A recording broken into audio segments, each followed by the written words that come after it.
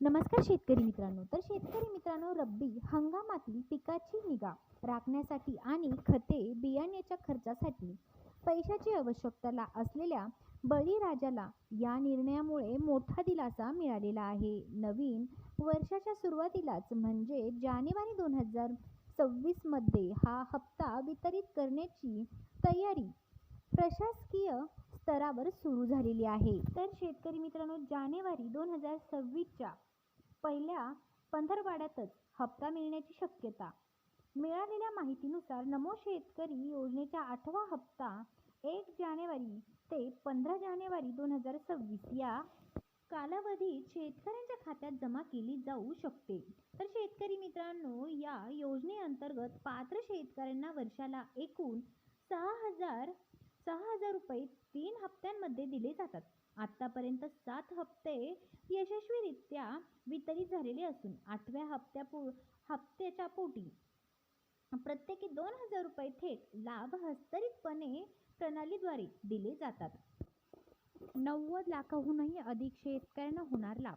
राज्यातील सुमारे 90,41,000 शेतकरी या 8व्या हप्त्यासाठी पात्र होणार आहे. तर शेतकरी मित्रांनो, पात्र होऊ शकतात केंद्र सरकारच्या PM. तर शेतकरी मित्रांनो, किसान योजनेच्या धर्तीवर सुरू झालेली ही योजना राज्यातील अल्प आणि अल्प भूधारक शेतकऱ्यांसाठी वरदान ठरलेली आहे. 7वा हप्ता पूर्ण झाल्यामुळे आता 8व्या हप्त्यासाठी आवश्यक असणाऱ्या निधी आणि पात्र लाभार्थ्यांची यादी अंतिम करण्याचे काम सुरू आहे. तर शेतकरी मित्रांनो, अनेक वेळा तांत्रिक कारणामुळे शेतकऱ्यांचे पैसे अडकतात. तुम्हाला 8वा हप्ता सुरक्षितपणे जमा व्हावा यासाठी खालील बाबींची पूर्तता करणे आवश्यक आहे. पहिलं तर ई-KYC. ज्या शेतकऱ्यांनी अद्यापही ई-KYC प्रक्रिया पूर्ण केलेली नाही त्यांचा हप्ता हा रोखला जाईल. तर शेतकरी मित्रांनो, नंबर 2, आधार लिंकिंग. तुमचे बँक खाते आधार कार्डशी जोडलेले नसले म्हणजेच आता अनिवार्य आहे. तर आता जोडणे हे अनिवार्य आहे. जमीन समिती. तर आता जमिनीच्या नोंदणीमध्ये काही त्रुटी असल्यास किंवा माहिती अद्ययावत नसल्यास हप्ता मिळणार नाही. तर शेतकरी मित्रांनो, 1, रेशन कार्ड आणि लाभार्थी.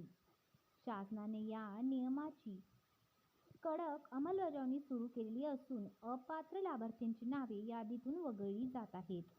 तर शेतकरी मित्रांनो, लाभार्थ्यांनी आपली स्थिती कशी तपासावी? शेतकरी बांधवांनी कोणत्याही फसवणुकीवर विश्वास न ठेवता महा-DBT पोर्टलवर किंवा PM किसानच्या अधिकृत संकेतस्थळावर जाऊन आपली पात्रता तपासून घ्यावी. जर तुमच्या अर्जात काही त्रुटी असेल तर त्या त्वरित दुरुस्त करून घ्याव्यात, जेणेकरून जानेवारीतील मिळणारा 2,000चा हप्ता तुमच्या खात्यामध्ये जमा होईल. तर शेतकरी मित्रांनो, लवकरात लवकर आपली ई-KYC पूर्ण करा. तर चला शेतकरी मित्रांनो, अशाच नवीन अपडेटसाठी आपल्या चॅनलला सबस्क्राईब करा. धन्यवाद.